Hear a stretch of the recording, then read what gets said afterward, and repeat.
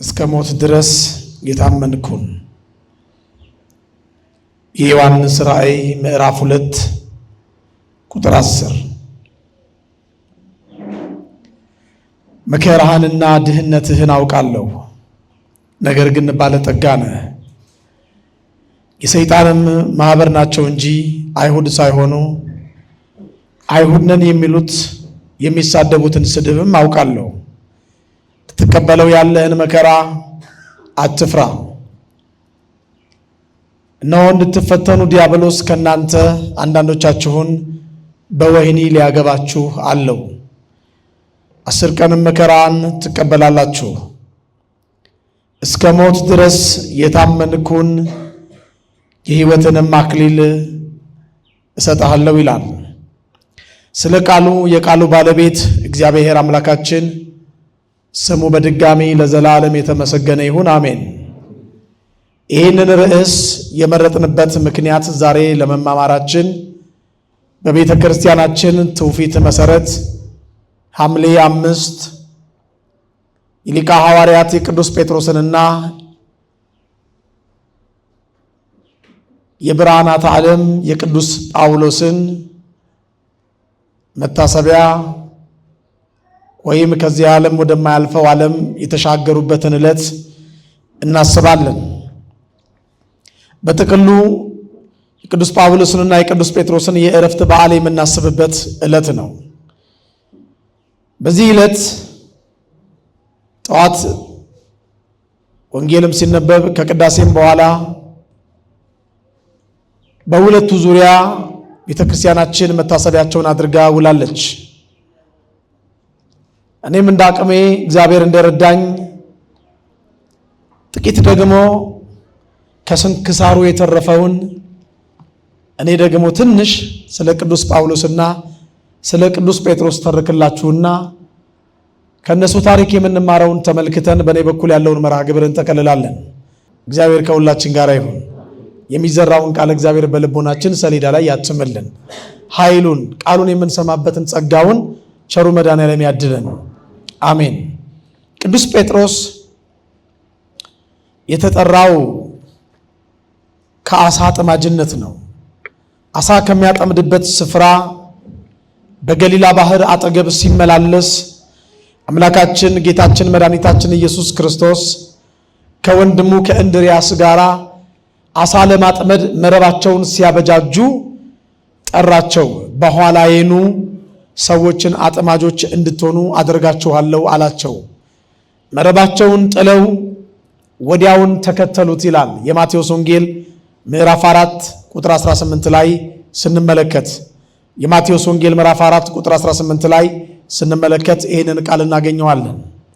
ቅዱስ ጴጥሮስ ከተጠራበት ጊዜ ጀምሮ ጌታን የቃሉን ትምህርት እየሰማ የእጁን ተአምራት እየተመለከተ ጌታን በፍጹም ነፍሱ በፍጹም ኃይሉ በፍጹም ልቡ ተከተለ። እንደምታውቁት ቅዱስ ጴጥሮስ ጥያቄ ለመጠየቅም መልስ ለመመለስም ፈጣን ነው፣ ከሌሎቹ ሐዋርያት ማለት ነው። በዚህ ብፁዕም ሰይጣንም ተብሏል። እኔ በጣም አጠራጠር እያደረግኩ ነው የምተርክላችሁ። ለምን ቅድም ስንክሳሩ ላይ ረዘም ያለ ደቂቃ ወስደን ታሪካቸውን ስለሰማን ማለት ነው። ትዝ ይላችሁ እንደሆነ ቅዱስ ጴጥሮስ ብዙ ጊዜ ጌታን ጥያቄ ለመጠየቅ ከሌሎቹ ሐዋርያት ፈጠን ይላል። ለመጠየቅ ግን ብቻ አይደለም፣ ለመመለስም ፈጠን ይላል። እድሜው ትንሽ ገፋ ያለ ነው፣ ትንሽ ግን ደግሞ ፈጠን ይላል። በዚህም ተወድሷልም ተነቅፏልም። እስቲ ይህንን እንመልከት።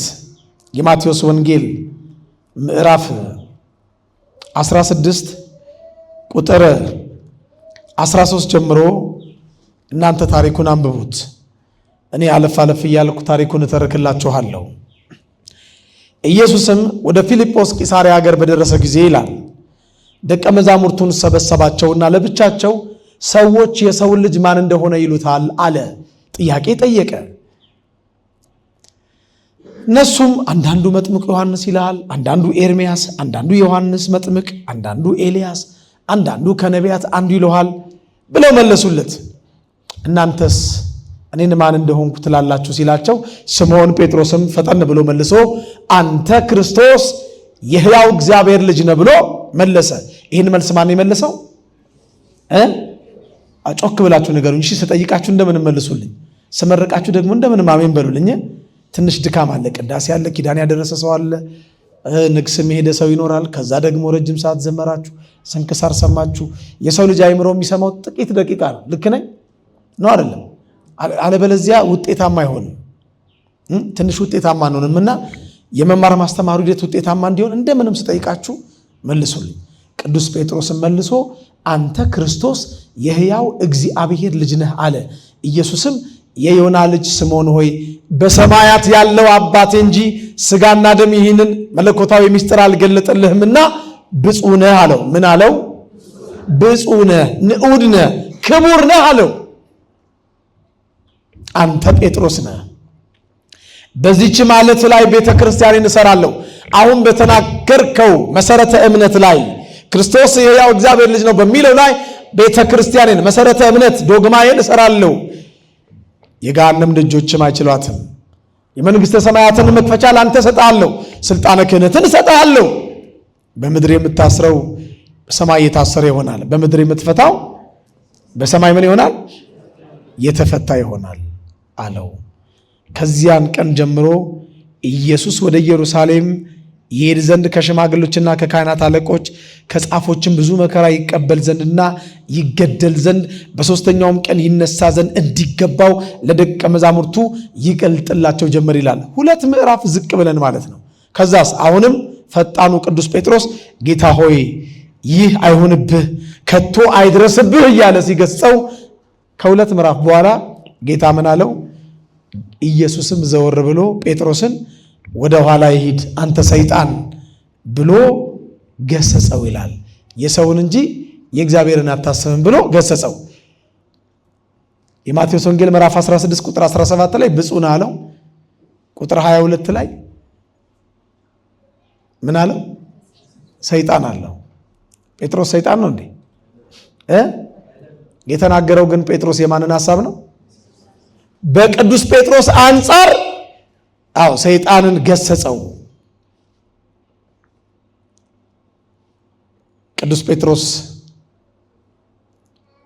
እንደምታውቁት ሁሉ ቢሸሹ እኔ አልሸሽም፣ ሁሉ ቢተው እኔ አልተውህም እያለም ይምል ይገዘት ነበረ።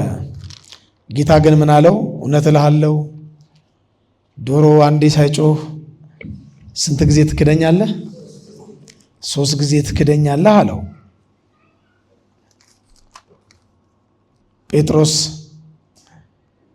ይሄ ቃል ተፈጸመበት። ታሪኩን ብዙዎቻችሁ ስለምታውቁት ጊዜ አናባክንም። የማቴዎስ ወንጌል ምዕራፍ 26 ሙሉን አንብቡት። ቁጥር 29 ላይ ጴጥሮስ እንዴት አድርጎ ጌታን እንደጋደው ታነቡታላችሁ። ግን ጴጥሮስ እንደ ካዳ አልቀረም። ቁጥር 75 ላይ ዶሮ ሳይጮህ 3 ጊዜ ትክደኛለህ ያለው ቃል ትዝ ብሎት የማቴዎስ ወንጌል ምዕራፍ 26 ቁጥር 39 ላይ ክዶ ቁጥር 75 ላይ ምርር ብሎ መራራ ለቅሶ አለቀሰ፣ ንስሐ ገባ። ጌታም የቅዱስ ጴጥሮስን እንባ ተቀበለ አልተቀበለም? ተቀበለ። ሊቀ ሐዋርያት የሐዋርያት ሁሉ አለቃ አደረገው። ትዝ አይላችሁ? ከትንሣኤው በኋላ ወደ ጴጥሮስ መጣና ጌታ የዮና ልጅ ስምዖን ሆይ ትወደኛለህን? ጴጥሮስ ምን አለ? አዎ እወድሃለሁ አለው።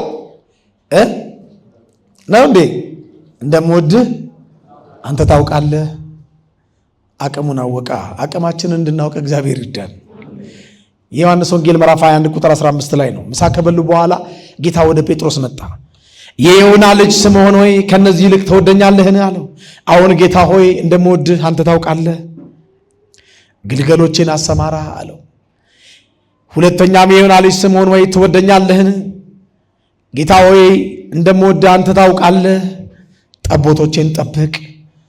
ሶስተኛ ጊዜ የዮና ልጅ ስምዖን ሆይ ትወደኛለህን አለው። ጌታ ሆይ አንተ ሁሉን ታውቃለህ፣ ልብ ያመላለሰውን ኩላሊት ያጤሰውን ታውቃለህ። አይደለም ከድርጊት በፊት ከሐሳብ በፊት ታውቃለህ። አንተ ኤልሻዳይ እንደምወድህ አንተ ታውቃለህ። በጎቼን እጠብቃለሁ።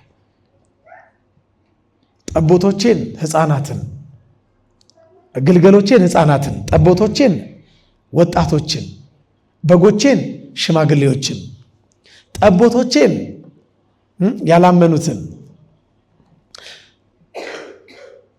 ጠቦቶቼን ወጣንያንን፣ ወጣት ይሆን ወጣና ማዕከላውያንን እነሱን ጠብቅ። በጎቼን ሽማግሌዎችን ሐዋርያትን ጠብቅ። የሐዋርያት አለቃ አድርጎ ሾመው። ንስሐ ዘማዊውን ምን ታረጋለች? ድንግል፣ እርኩሱን ቅዱስ፣ ኃጥኡን ጻድቅ ታደርጋለች። ከሃዲውን ጴጥሮስ ንስሐ ሊቀ ሐዋርያት እንዲሆን አደረገችው። እግዚአብሔር አባታችን እኔንም እናንተንም በኃጢአታችን ላይ ኃጢአት ሳንደርብ ንስሐ የምንገባበትን የእምነት ድፍረት ያድለን። አሜን በሉልኝ። አሜን። የጴጥሮስ ታሪክ እዚህ ጋር ይብቃ። ጴጥሮስ አገልግሎቱ በሙሉ በተአምራት የታጀበ ነው። በተአምራት የተሞላ ነው። የቅዱስ ጴጥሮስ ጥላ፣ ሙት የሆነው ጥላ ፀሐይ ጠዋት 3 ሰዓትና ማታ ልጠልቅ 11 ሰዓት አካባቢ ጥላችንን ምን ታደርገዋለች? ታረዝመዋለች? አታረዝመው? አረ ንገሩኝ። ጠዋትና ማታ ጥላችን ይረዝማል ወይስ ያጥራል? 6 ሰዓት ላይስ ያጥራል አይደለም?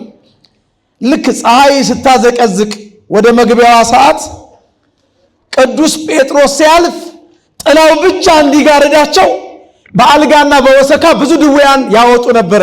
የጴጥሮስ ጥላ ሲያርፍባቸው፣ አሁን ይሄ መብራት ከኋላ ጥላ ይታያቸዋል። እንደዚህ ማለት ነው። እዛ ጋር ሰዎች ይሰበሰባሉ።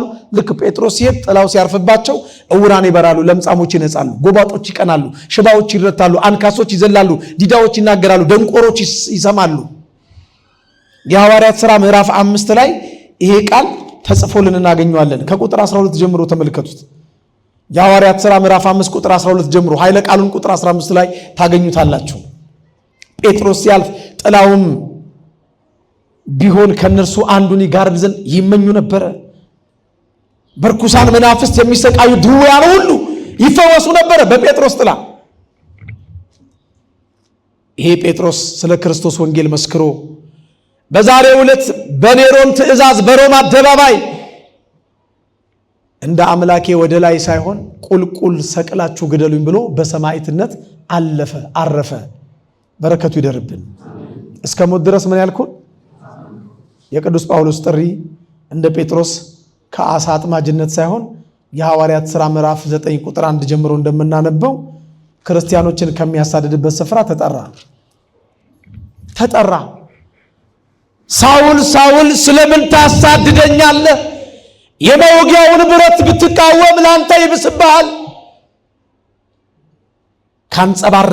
ካንጸባረቀበት የጌታ ብርሃን የተነሳ ሁለቱም ዓይኖቹ ታወሩ። ጌታ ሆይ ምን አደርግ ዘንድ ትወዳለህ? ምን አደርግ ዘንድ ትሻለህ አለው። የምታደርገውን ሐናንያ ይነግርሃል አለው። ወደ ሐናንያ ሄደ፣ ጸለየለት። ከዓይኑም እንደ ቅርፊት ያለ ነገር ወደቀለት። ከዛን ጊዜ ጀምሮ መጠራቱን ተመልክቶ እስከ ሞት ድረስ የሚያሳድደውን ክርስቶስን እሱ በተራው ሊሳደድለት ለራሱ ቃል ገባ። ቅዱስ ጳውሎስ የቀድሞ ሳውል ከመኳንንቶች፣ ከሹማምንቶች፣ ከባለስልጣኖች ደብዳቤ እየተቀበለ ክርስቲያኖችን ያሳድድ ነበረ። ወደ ወህኒ ወደ እስር ቤት ይጥል ነበረ። መከራ ያጸናባቸው ነበረ። ሊቀ ዲያቆን ቀዳሜ ሰማዕት ቅዱስ እስጢፋኖስ በድንጋይ ስለ ክርስቶስ ክብር በተወገረ ጊዜ ቅዱስ ጳውሎስ የወጋሪዎቹን ልብስ ይጠብቅ ነበረ። የወጋሪዎቹን ልብስ ምን ያደርግ ነበር? ይጠብቅ ነበረ። የሐዋርያት ሥራ ምዕራፍ 22 ቁጥር 4 እና ቁጥር 20 ላይ ተመልከቱ። የሐዋርያት ሥራ ምዕራፍ 22 ቁጥር 4 እና ቁጥር 20 ላይ የሰማዕትንም የእስጢፋኖስን ደም ባፈሰሱ ጊዜ እኔ ራሴ ደግሞ ባጠገባቸው ስቆም ተስማምቼ የገዳዮቹን ልብስ እጠብቅ ነበረ ይላል። ይሄ ሳውል ጣቱ እስኪጣመም 14 መልእክታትን ለመጻፍ በቃ። ንዋየ ህሩይ ተባለ። ምርጥ ዕቃ አልጫውን ዓለም በወንጌል ያጣፈጠ ቅዱስ ሰው ሆነ ቅዱስ ጳውሎስ። መጠራቱን ተመልክቶ መጠራታችሁን ተመልከቱ አለ። መጠራታችሁ ምን በሉ ተመልከቱ አለ። የእሱን መጠራት ተመልክቶ እስከ ዓለም ፍጻሜ ለምንነሳው የክርስቶስ ልጆች ክርስቲያኖች ወንድሞቼ ሆይ መጠራታችሁን ተመልከቱ። እንደ ሰው ጥበበኞች የሆኑ ብዙዎች፣ ኃያላን የሆኑ ብዙዎች፣ ባላባቶች የሆኑ ብዙዎች አልተጠሩም። ነገር ግን እግዚአብሔር የዓለምን ደካማ ነገር መረጠ። እግዚአብሔር የሆነውን ነገር እንዲያጠፋ የዓለምን ምናምንቴ የተናቀውን ነገር መረጠ እያለ አንደኛ ቆሮንቶስ ምዕራፍ 1 ቁጥር 26 ላይ ቅዱስ ጳውሎስ ጻፈ። መጠራቱን ተመልክቶ እስከ ሞት ድረስ ታመነ። እንደ ቅዱስ ጴጥሮስ አገልግሎት የቅዱስ ጳውሎስም አገልግሎት በተአምራት የተከበበ ነበር። የጳውሎስ ደግሞ ጨርቁ ነበር ዕውር የሚያበራ። ምኑ አልኳችሁ? እስቲ የሰማችሁን ብቻ ነገሩ። ምኑ ነው ዕውር የሚያበራ? ጨርቁ፣ ልብሱ ማለት ነው። አሁን ይሄ ገድለ ጴጥሮስና ገድለ ጳውሎስ ላይ ቢጻፍ መናፍቃን ያምናሉ? እነዚህ ኦርቶዶክሳውያን ደግሞ ብለው የሰው ጥላ ዕውር አበራ ይላል። እንዴት ሰው በጨርቁ ለምጽ ያነጻል፣ ጎባጣ ያቀናል? እንዴት ይሉ ነበረ።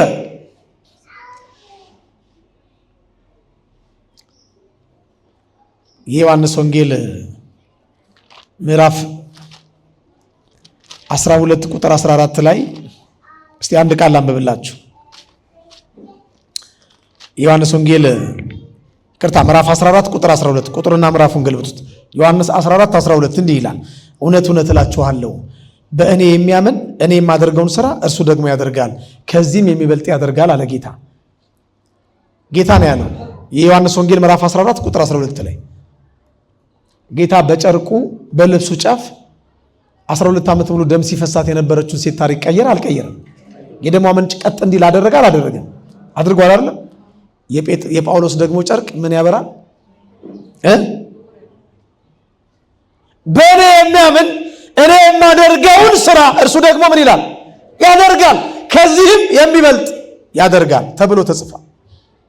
ስለዚህ ቅዱስ ጳውሎስ በሐዋርያት ሥራ ምዕራፍ 19 ቁጥር 11 ላይ ሲጀምር እንዲህ ይላል፣ ይላችሁ እግዚአብሔር በጳውሎስ እጅ የሚያስገርም ተአምራት ያደርግ ነበር ይላል። በጳውሎስ እጅ ምን አይነት ተአምራት ያደርግ ነበር? የሚያስገርም፣ እጅን በአፍ የሚያስጭን፣ የሚያስደንቅ፣ ከአይምሮ በላይ የሆነ ተአምራት ያደርግ ነበረ። አስባችሁታል? የልብሱን ዘርፍ ነክተው ዕውራን ይበራሉ፣ ለምጻሞች ይነጻሉ፣ ጎባጦች ይቀናሉ፣ እርኩሳን መናፍስት የሚያሰቃዩቸው ይፈወሳሉ፣ ዲዳዎች ይናገራሉ፣ ደንቆሮች ይሰማሉ፣ አንካሶች ይዘላሉ።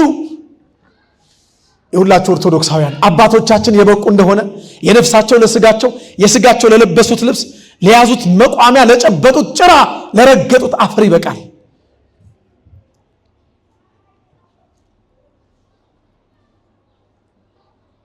አንድ የአባታችን የአቡነ ተክለ ሃይማኖት ዝማሬ ላይ ያለ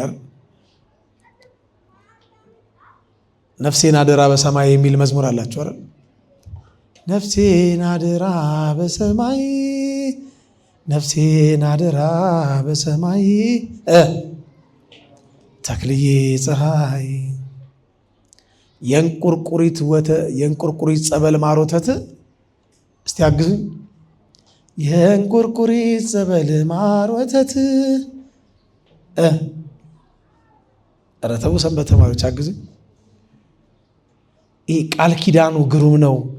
እንዴት ድውያን እንደሚፈውስ እዛ መዝሙር ላይ በደንብ በግጥም ተገልጿል። በጥም እና የሚገርማችሁ ጻድቁ አባታችን አቡነ ገብረ መንፈስ ቅዱስ፣ ጻድቁ አባታችን አቡነ አረጋዊ፣ ጻድቁ አባታችን አቡነ ተክለ ሃይማኖት፣ ሌሎቹም እና አባ አረጋዊ እና አባ ፍፄ እና አባ ጰንጠሊዮን እና አባ ጽህማ እና አቡነ ገሪማ እና አባ ጉባ ተስዓቱ ቅዱሳን፣ ሌሎቹም የነፍሳቸው ለስጋቸው፣ የስጋቸው ለጨበጡት ጭራ፣ ለያዙት መቋሚያ፣ ለረገጡት አፈር እግዚአብሔር ጸጋቸውን አትረፍርፎላቸው እስካሁን ድረስ ድውያን ይፈወሳሉ በቃል ኪዳናቸው እስካሁን ድረስ።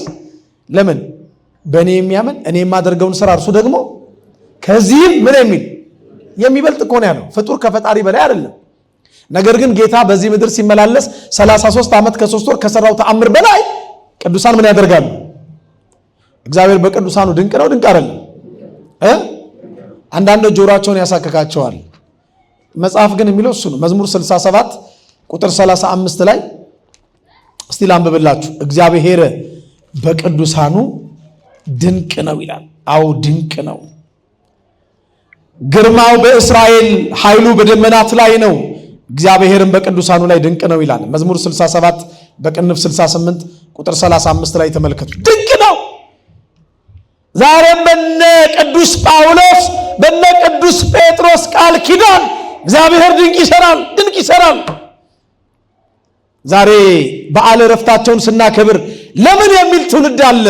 እንኳን በእኛ በክርስቲያኖቹ ዘንድ ይቅርና የቅዱሳኑ ሞት በእግዚአብሔርም ፊት የከበረ ነው ይላል የእግዚአብሔር ቃል። ታዲያ በእግዚአብሔር ፊት የቅዱሳኑ ሞት ከከበረ በእኛ በልጆቹ ፊት የቅዱሳኑ ሞት የከበረ ቢሆን ምን ይገርማል? ይገርማል እንዴ? አንዳንድ የሚገርማቸው ስላሉ ነው። የሉም እንዴ? አይጠፉም። የዳዊት መዝሙር 115 በቅንፍ 116 ቁጥር 5 የቅዱሳኑ ሞት በእግዚአብሔር ፊት የከበረ ነው ይላል። የቅዱስ ጳውሎስና የቅዱስ ጴጥሮስ ሞት በእግዚአብሔር ፊት የተዋረደ ወይስ የከበረ? እኛም የቅዱሳኑን ሞት ስናከብር ጆሮአቸውን ለሚያሳክካቸው ከቤተ ክርስቲያናችን ትናንትና ለወጡት ወንድሞቻችን እንዲህ በሏቸው፣ እንኳን በእኛ ዘንድ በእግዚአብሔር ዘንድ እንኳን የቅዱሳኑ ሞት የከበረ ነው በሏቸው። እናከብረዋለን።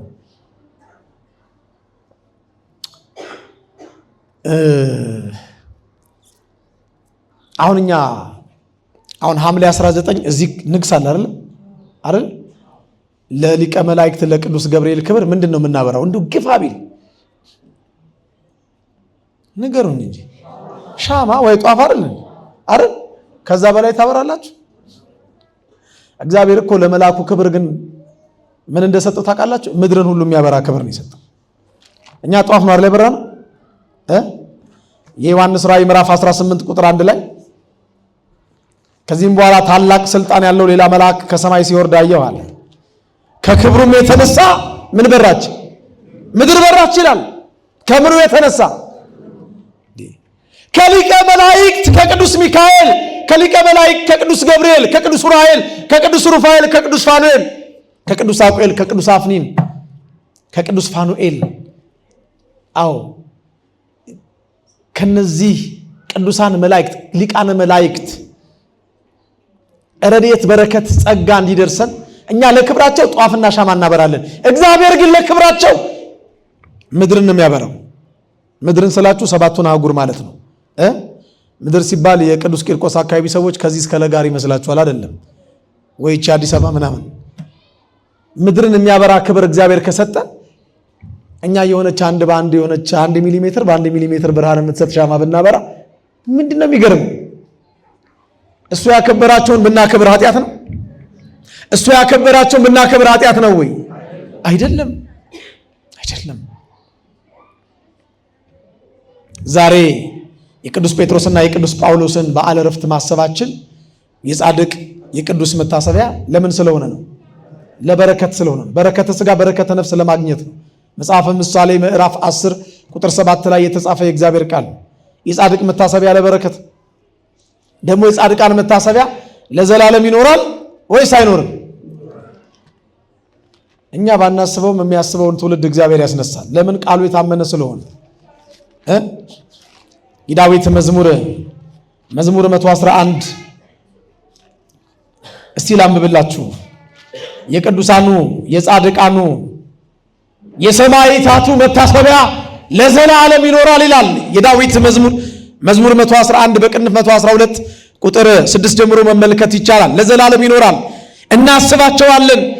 በእነሱ መታሰቢያነት መርገም ሳይሆን በረከት እናገኛለን።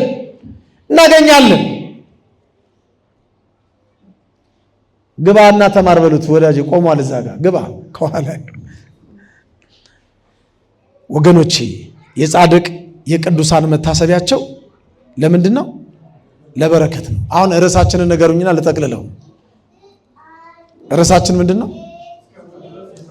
እስከ ሞት ድረስ የታመንኩን የሕይወትን አክሊል እሰጣለሁ። ቅዱስ ጳውሎስም ልክ እንደ ቅዱስ ጴጥሮስ የእግዚአብሔርን ቃል ካገለገለ በኋላ ያሳድድ የነበረውን ወንጌል እሱ ደግሞ እየተሳደደ ካገለገለ በኋላ ሐምሌ 5 በንጉሱ በኔሮን ትእዛዝ በሮማ አደባባይ አንገቱ በሰይፍ ተቀልቶ በሰማዕትነት በምስክርነት አለፈ። የኔ ሕይወት በሰርክ እንደሚሰዋ ይሰዋል። ሩጫዬን ጨርሻለሁ። ሃይማኖትን አልሰማችሁም? ሃይማኖታችንን እንድንጠብቅ እግዚአብሔር ይርዳን። ዛሬ ትናንትና ከኛ ጋር እዚህ ሰንበት ትምህርት ቤት የነበሩ ትናንት ከኛ ጋር ይዘምሩ የነበሩ አንዳንዶች የሉም አይደል? አሉ ወይስ የሉ? አሉ፣ ይወጡ አሉ። አውደ ምሕረት ላይ ይዘምሩ የነበሩ እግዚአብሔር ይመልስልን።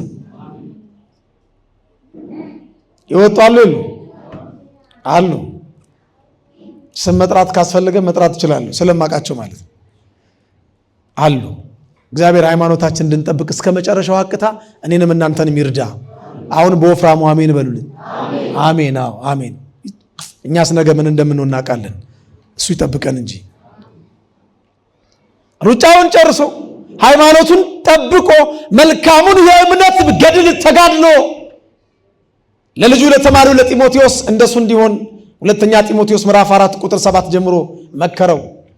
የኔ ሕይወት በሰርክ መስዋዕት እንደሚሰዋ ይሰዋል ብሎት እግዚአብሔር በምን አይነት ሞት እንደሚሞት ስለገለጠለት ሊሄድ ከክርስቶስ ጋር ልኖር እናፍቃለሁ ከሁሉ ይልቅ እጅግ የሚሻል ነውና ይል ነበር ፊልጵስዩስ ምዕራፍ 1 ቁጥር 23 ላይ ቅዱስ ጳውሎስ።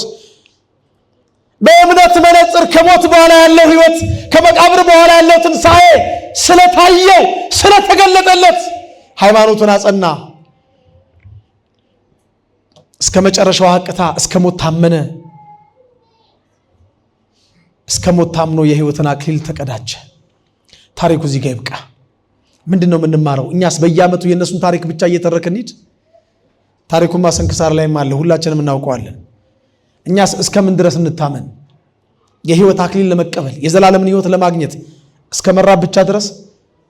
ከዛ ሲርበን ማይተባችንን እንበጥስ? ስለ ቁራሽ እንጀራና ስለ ጭብጥ ገብስ ማይተባችንን እንበጥስ? ስራ እስከ ማጣት ድረስ ብቻ ሃይማኖታችንን እንጠብቅ? አምላከ ቅዱስ ቂርቆስ እባክህ ተምሬ 2 ዲግሪ ይዤ አሁንም ቤተሰቦቼ ትከሻ ላይ ነው ያለሁት፣ እኔ ይብዛ ይነስ አልልም፣ ወጥቼ መገባበት ስራ ስጠኝ አላችሁት። እግዚአብሔር እንደማይሰማ ዝም ይላል፣ እንደማይሰጥ ያዘገያል እምነት ሊፈትን።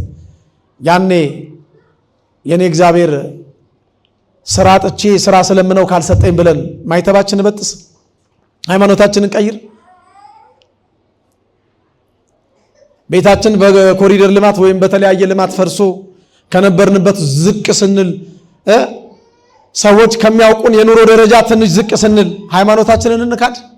ሃይማኖት እስከዛ ጊዜ ድረስ ብቻ ነው የሚጠበቀው? አንዳንዶች አሉ የኔ ቅዱስ ሚካኤል እንዲህ ሲሰቃይ ካልደረሰልኝ ብለው ሃይማኖታቸውን የለወጡ ማይተባቸውን የበጠሱ አሉ። ወደ መናፍቃን ጉረኖ የተቀላቀሉ አሉ። ከኢትዮጵያ እስከ ውጭ አገር ድረስ ብቻ እስክንሄድ ነው የኛ ክርስትና? በልተን እስክንጠግብ ብቻ ነው አንዳንዶቻችን የሰንበት ትምህርት ቤት ተማሪዎች የምንሆነው እስክናገባ ጊዜ ድረስ ብቻ ነው የምንታመነው? ከዛስ ካገባን በኋላስ? መካከለኛና ዝቅተኛ ኑሮ ብቻ እስካለን ጊዜ ድረስ ይሆን እግዚአብሔርን ማምለክ ያለብን? ከዛስ ወደ ከፍተኛ ደረጃ ሲያሸጋግረን ያኔ ዘመናዊ ጫማ፣ ዘመናዊ ልብስ፣ ዘመናዊ መኪና፣ ዘመናዊ ቤቱ ስንኖር ለእግዚአብሔር ጀርባችንን ለዓለም ፊታችንን እንስጥ ወይስ እስከ ሞት እንታመን? ነገሩ እስከምን እንታመን? እስካሁን ከሰማችሁኝ መስማት ይልቅ አሁን የምናገሩን በደንብ ስሙ። ይኸውላችሁ የዘላለም ሕይወት የሚያሰጠው መጀመር ሳይሆን ክርስትናን መጨረስ ነው። እሺ፣ በዓለማዊው ሩጫ አንገት ላይ ሜዳሊያ እንዲጠልቅልን የሚያስችለው የመጨረሻዋን ገመድ መበጠሳችን እንጂ ከሯጮቹ ፊት 1 2 3 ዙር ቀድመን መጀመሪያ መሮጣችን አይደለም። እና ኃይሌ እነ ቀነኒሳ አይታችኋል። ኦሎምፒክ ሲሮጡ 5000 10000 ማራቶን መጀመሪያ ብን ብለው የሚሮጡ አሉ አይደል? አሉ። 1ዱን 2ቱን 5ቱን 6ቱን ዙር የሚሮጡ አሉ። ግን የወርቅ ሜዳሊያው የሚጠልቅለት አክሊሉ ሽልማቱ የሚጎነጎንለት ራሱ ላይ የሚደረግለት ያችን መጨረሻ ላይ ክሯን ምን ያደረገ ነው አይደለም እንዴ? በክርስትናም እንደዚህ ነው። ዛሬ ጀምረናል። የሚያዘው መጀመራችን አይደለም። የሚያዘው ምናችን ነው? መጨረሻችንን እግዚአብሔር ያሳምርልን። እስከ ሞት ድረስ እንድንታመን ይሄን ቀን እንዳትረሱት። አይዟችሁ። ቢርበንም ከሃይማኖት አንውጣ። ራባችን ወደ ጥጋብ፣ ጥማታችን ወደ እርካታ በእግዚአብሔር ሊቀየር ይችላል አይችልም? ይችላል። ቢቸግረንም ከሰዎች ኑሮ በታች ደረጃችን ዝቅ ብሎ ብንኖርም ለክርስትናችን መሰናከል አይሆንብን። ሰይጣን በግራ ጆሮአችን በኩል አታያትም እንትናል። ያው አንዱን በቅርቡ እዚህ የካባዶ ነው እንትን ቱሉ ዲምቱ ኮንዶሚኒየም ደረሳት አሉ። ያውም እኮ 40/60 ነው ባለ 3። አንቺ ጠዋት ነጋለ ኪዳን መሸለ ቁርባን ታያለሽ። ይኸው እከክሽ እንዳከክሽ ያንቺ ቂርቆስ ምን አደረገልሽ ይላል ሰይጣን ይላል። ይኸው ያንቺ የስንት ታናሽሽ አገባች ሊሞ ነው ሊንከኔ ክራይስለር የሚባለው መኪና አሰልፋ አንቺ በእንደው በዴክስ እንኳን አታገቢም። እንደው ሰንበት ትምህርት ቤት እያለሽ ጀል ለቀን መንገዋለን ይልሻል። ሰይጣን ነው የሚልሽ እኮ በትየንትና ላይ አድሮ ማለት ነው። መስሜ ድፍን ነው ማለት ነው። እስከ ሞት ድረስ ነው የምታመነው። እግዚአብሔር ቀደሙኝ የምላቸውን ሰዎች ሲነሳ መቅደም ይችላል አይችልም? ይችላል አይችልም? ኧረ አይተነዋል። ይሄው አምላከ ቅዱስ ቂርቆስ ምስክሬ ነው። ቀደሙን ያልናቸውን ቀድሞ አሳይቶናል። ምንድን ነው ይላል። እኔ አሁን እውነተኛ ታሪክ ልነግራችሁ ነው። ወላጅ አባቴ ከጉጉት የተነሳ ነው። ይሄ ልጅ አልመሸም፣ ኧረ የሆነ ገዳም ነው ምናምን ብሎ እኮ ሄዷል ይሉታል። ስመጣ ይጠብቀኝ። ኧረ ተው አንተ ልጅ ያንተ ሰባዎች ማለቱ በሱ እኩዮቹ ማለት ነው። ያንተ እኩዮች ያንተ ሰባዎች ያው አግብተው ወልደዋል። መኪና ይኸው ቤፊያት ገዝቶ መንጃ ፈቃድ ያስተምራል አሉ። የጎንደሬዋ ልጅ የቁምላቸውም ልጅ አሁን ታክሲ ነው ምናምን ገዛ አሉ። አንተ እንደው ገዳም ብቻ ገዳም ለመሆኑ ይከፍለዋል? አንድ ሳልቀንስ ሳልጨምር ነው ነገር። ይሄው ቅዱስ ቂርቆስ ምስክሬ ነው። አንድ አይ ጋሽ ያው እኮ እኔ መጀመሪያ በወጣትነት ጊዜ ትንሽ ላገልግል ብዬ ነው። ኧረ አንተስ በዛ በስመ አብ። ኧረ በልክ አድርገው ትንሽ ሰገርበል። በራሱ ቋንቋ ነው የምነግራችሁ። እንደዚህ ነው የሚለው። አሁን ግን የሲሳይ አምላክ አሸነፈኝ ይላል። እግዚአብሔር ምስክሬ ነው። ለምሳሌ ተአምሩን ተናገሩ ይላል አይደለም? ይላል እኮ ተአምሩን ተናገሩ፣ ድንቅ ስራውን መስክሩ ይላል እግዚአብሔር። እሱ ነው የሚለው። መዝሙር 95 ቁጥር 1 ጀምሮ ተመልከቱ ይላል። ለእግዚአብሔር የሚሳነው አለ? ዛሬ ቀደምናችሁ የሚሉትን ሁሉ እግዚአብሔር መቅደም ይችላል አይችልም? የዛሬ 18 ዓመት እዚሁ ነበር ማገለግለው 18 20 ዓመት ጀምሮ ያው ታቆ ይሆናል ልጆች እያላችሁ ነገዛይ ምናምን ልጆች ነበሩ። ያን እነዳግም እነቀሲስ ሰማኝ እነሱ ናቸው ይዳሩ። እግዚአብሔር አለ ሁሉ ነገር ላይ እግዚአብሔር የቀደሙንን መቅደም ይችላል አይችልም? መኪናው ነው፣ ቤቱ ነው፣ ልጅ ነው፣ ልጆች ነው። ምንድን ነው ለሱ የሚሳነው? እጃችሁን ባፋችሁ እያስጫነ እግዚአብሔር ያስደምማችኋል። ብቻ እስከ ሞት ድረስ በቃ እስከ መራባር እስከ ሞት ድረስ ከቤተሰብ ድምፅ ይመጣል፣ አትስሙ። የቤተ ክርስቲያንን ድምፅ ብቻ ስሙ። ከጓደኛ ይመጣል፣ አትስሙ። ዝም ብለህ አገልግል።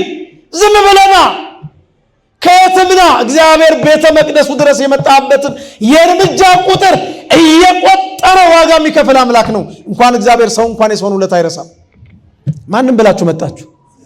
የማይናገር ሰው እንዳይኖር ንገሩ። ማንም ብላችሁ መጣችሁ? አባ ገሌን ነው መምሬ ገሌን የሰንበት ትምህርት ቤቱ ሊቀመንበር ማንም ብላችሁ መጣችሁ? እግዚአብሔርን ብለህ መጥተህ እግዚአብሔር ያሳፍራል። ኧረ ትቀልዳለህ እንዴ?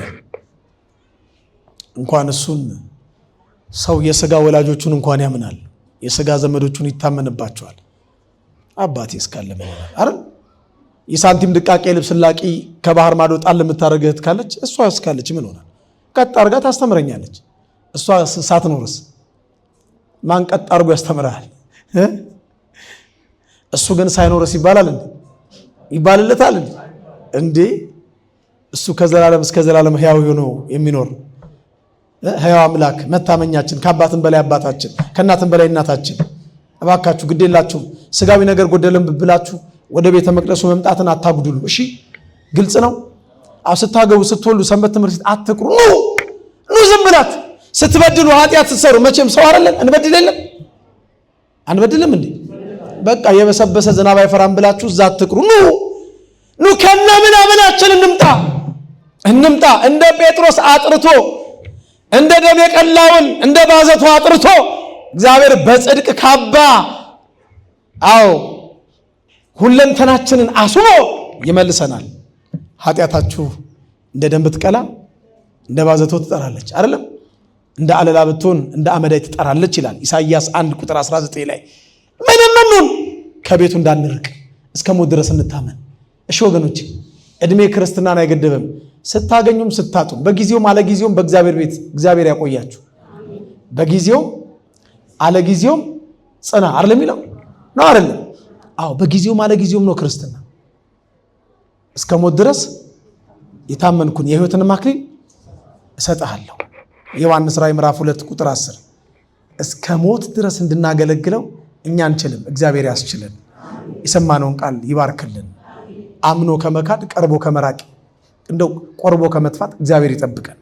ነበሩ ከመባል ይጠብቀን። ቸሩ አምላክ ስለ ቅዱስ ቂርቆስ፣ ስለ ቅዱስ ጳውሎስ፣ ስለ ቅዱስ ጴጥሮስ ሲል የኔንም የናንተንም ፍጻሜ በተዋህዶ ሃይማኖት ያድርግልን። ወስብሐት ለእግዚአብሔር።